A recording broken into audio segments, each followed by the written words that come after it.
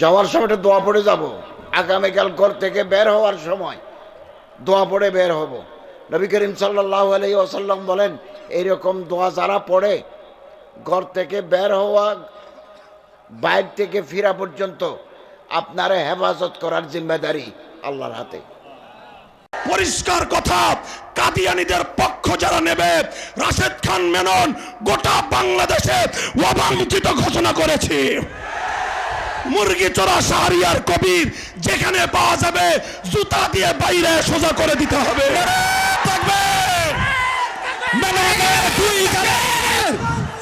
জুতা মারো তালে তালে, শাহরিয়ার কবিরের দুই গালে জুতা মারো তালে তালে, জুতা মারো তালে তালে।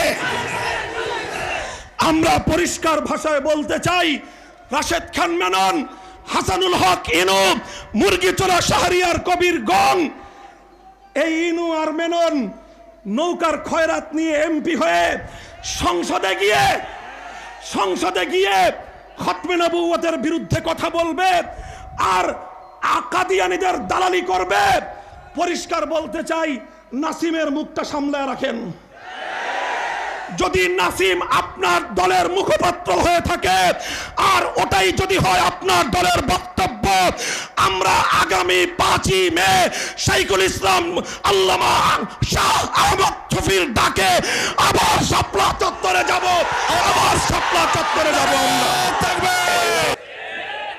মুহূর্তে মুহূর্তে আযাব আসতেছে, সে আযাব আপনাকেই মেনে নিতে হবে। কতকাল থাকবেন, কারায় থাকবেন না জাহান্নামে থাকবেন আপনিই জানেন। আমি শেষ করতাম, কাদিয়ানীরা কাফের আপনি জানেন, আপনার মন্ত্রী মিনিস্টার জানে, তারপরও কেন আপনি দিতেছেন না? কিসের কারণে আপনি দিতেছেন না এই কথাটা জানতে চাই। অচিরেই এই দাবি পূরণ করেন। বাংলার মাটিতে যদি আপনি থাকতে চান, কাদিয়ানী দাবি, আমাদের দাবিটা পূরণ করে দেন।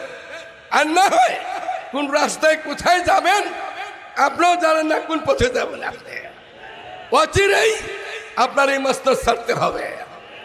হায় মরবেন না ছাড়বেন। ভালো মানুষের থাকে এখনো তওবা করে ফিরে আসেন। বাজা বাজা আর আজ হাসতি বাজা সব বারাগে তওবা শিখস্তি বাজা। আপনি কোরআন শরীফ পড়েন, শুনি মানুষের কাছে, মেয়ে মানুষ দেখার তো কোনো সুযোগ নেই। তাহাজ্জুদ বলে পড়েন, কি দিয়া পড়েন আপনি? আপনি কি কোরআন শরীফের আয়াত পড়েন না হিন্দু গীতা পড়েন আপনি? নাকি আপনি এই খ্রিস্টানদের বাইবেল পড়েন আপনি? আপনি কি দেখেন না ওই আয়াতে মা কানা মুহাম্মাদুন আবা আহাদিম মিন রিজালিকুম, এটা আপনি দেখেন না? আপনি শোনেন না? আপনি মদিনা সনদে দেশ চালাবেন বলছিলেন, আপনি কি এটা মনে নাই আপনার? قال رسول الله صلى الله عليه وسلم انا خاتم النبيين لا نبي بعدي। আপনি এটা পড়েন নাই, শোনেন নাই? আপনি কেমন মুসলমান? কিসের তাহাজ্জুদ পড়েন আপনি? কিসের তাসবিহ আদায় করেন আপনি? কি পড়েন আপনি জানেন, আল্লাহই জানে। বাঁচতে যদি চান এই মাটির মধ্যে তওবা করে ফেরত আসেন। আসসালামু আলাইকুম ওয়া রাহমাতুল্লাহ। 2013 সালের শাপলা চত্বরের ইতিহাস বাংলার মানুষ কোনদিন ভুলে যাবে না। ভাষার জন্য যারা রক্ত দিয়েছেন তাদের সংখ্যা ছিল মাত্র 7 জন। যদি 21শে ফেব্রুয়ারি ভাষা দিবস পালিত হয়, 5 আগস্ট স্বাধীনতা দিবস পালিত হবে। আরেকটা জরুরি কথা আজকে বলে দিতে চাই, কথায় কথায় আসলো।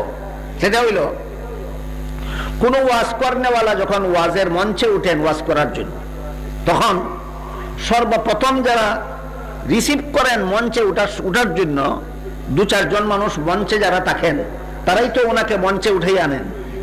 তাদের সাথেই তো সালামের বিনিময় হয়ে যায়, তাদের সাথেই সালামের বিনিময় হয়ে যায়।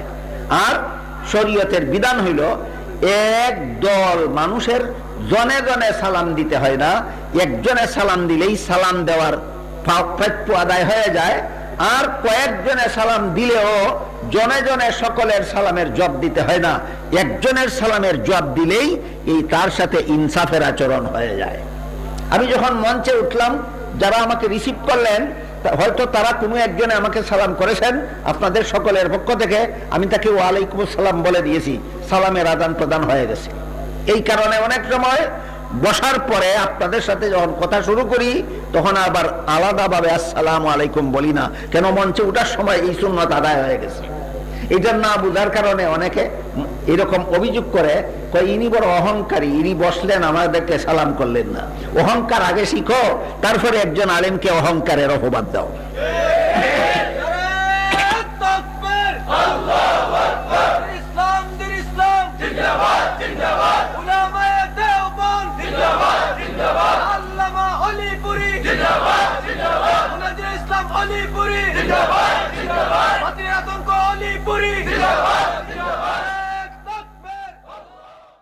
আমাদেরকে উদারপন্থী বানিয়ে, আমাদের ঐক্যের স্লোগান দিয়ে এমন কিছু কাজ করাবার চেষ্টা করবে যে কাজগুলি আমাদের মুরব্বীদের সম্পূর্ণ খেলাফ।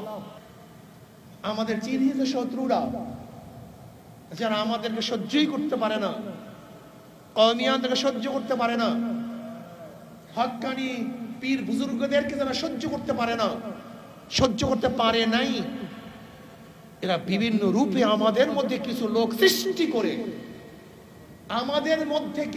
সৃষ্টি করে, তারা আমাদেরকে ব্যবহার করার চেষ্টা করবে। খবরদার, বিবেকবান হয়েও আবেগী হও না, সতর্ক থাকুন। নেতৃত্ব নির্বাচন করার ব্যাপারে খুবই সতর্ক থাকুন, খুবই সতর্ক থাকুন। একজন ইমাম নির্বাচন করার ব্যাপারে আমরা এত সতর্ক, অথচ জাতি ইমাম, জাতীয় নেতা নির্বাচন করার ব্যাপারে আমরা এত অবহেলিত কেন, এত অসতর্ক কেন? কারণটা কি? হ্যাঁ, খবরদার, দ্বিতীয়বার কেউ যেন আমাদের। রংপুরের মধ্যে আবু সাইদকে গুলি করে নির্মমভাবে প্রকাশ্যে হত্যা করে ফেলা হলো। ইনশাআল্লাহ বাংলার জমিন আবু সাইদ নামটা অমর হয়ে থাকবে, সালাম, বরকত, রফিক, জব্বার নামগুলো যেমন অমর হয়ে আছে। তবে সবচাইতে ইন্টারেস্টিং পয়েন্ট হলো এটা, যেই পুলিশ গুলিটা চালিয়েছে চেহারা মোবারক তো দেখেছেন মনে হয়, দাড়ি কিন্তু আমার চাইতেও লম্বা। আর যদি তাকে আপনি বড় জব্বা পরিয়ে দেন, আলখেল্লা লাগিয়ে দেন, আরো বড় মৌলবী মনে হবে, পীরানে পীর, দস্তেগীর, পীরে কামেল, একেবারে সবকিছু মনে হবে। আল্লাহর উপর ভরসা করে বেড়েছি, শাহাদাত আমার তামান্না, আল্লাহর রাস্তায় শহীদ হব, এটাই আমার শেষ ইচ্ছা। বাতিল, তাগুত, আল্লাহর দুশমন, রাসূলের দুশমন, স্বার্থবাদী হোক, বস্তু পূজারী হোক, যেই যেখান থেকে ষড়যন্ত্র করুক না কেন, আল্লাহর কসম করে বলছি, ইসলাম যা বলেছে বলতেই থাকবো, কোরআন যা বলেছে বলতেই থাকবো, যুবকের যা প্রয়োজন বলতেই থাকবো, শাসকের যা প্রয়োজন বলতেই থাকবো। লাশ যদি রাস্তায় পড়ে থাকে, লাশ যদি ডাস্টবিনে পড়ে থাকে, পড়ে থাকো, আল্লাহর কসম দিনের কথা বলা ছাড়তে পারবো না, পারবো না। চক্রান্ত আর ষড়যন্ত্র চলছে। আজ আমরা দেখছি এ দেশ আজ সন্ত্রাস, চাঁদাবাজ আর দুর্নীতির দেশ হয়ে গিয়েছে, ঠিক কিনা? আজ আমরা দেখছি জঙ্গিবাদ নামে আলেমদের দমন নিপীড়ন করার ঘৃণ্য চক্রান্ত ষড়যন্ত্র চালানো হচ্ছে। আজকের এই লাখো জনসমাবেশ থেকে প্রমাণ করছে বাংলার মানুষ আজ বাঁচতে চায়, বাংলার মানুষ তাদের স্বাধীনতা ফিরে পেতে চায়।